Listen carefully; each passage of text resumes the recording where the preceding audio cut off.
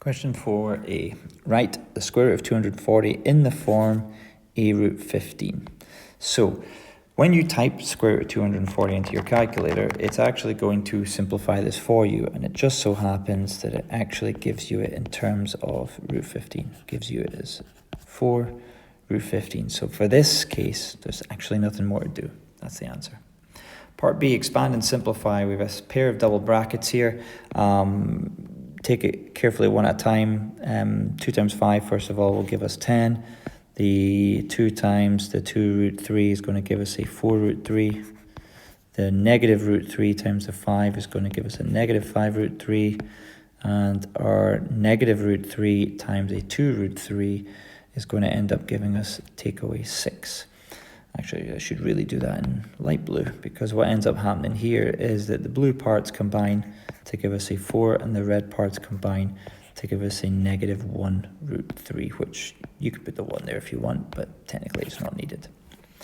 Part C, simplify 2 plus root 5 over 3 minus root 5, giving your answer in this form. Now, when you've got this whole leaving your answer in the form, don't worry so much about that to begin with. Just focus on what you have here, which is simplifying a fraction where you have a surd on the bottom.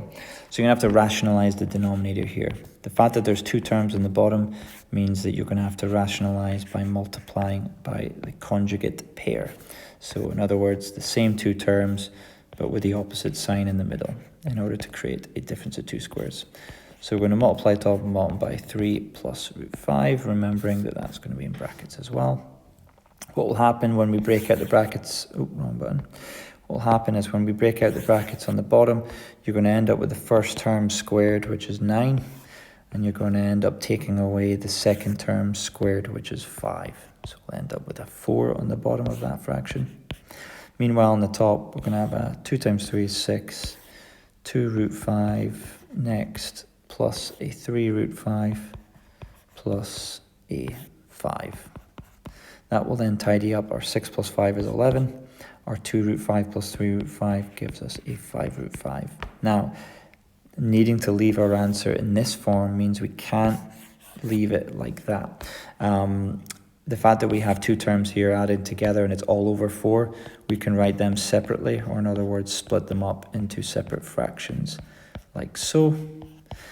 And now we're good to go, because we actually have this, which classes as A. We have 5 over 4, which classes as B, and that leaves our root 5 as being our surd here at the end, this root C. So we have it written in the form that they want. Done.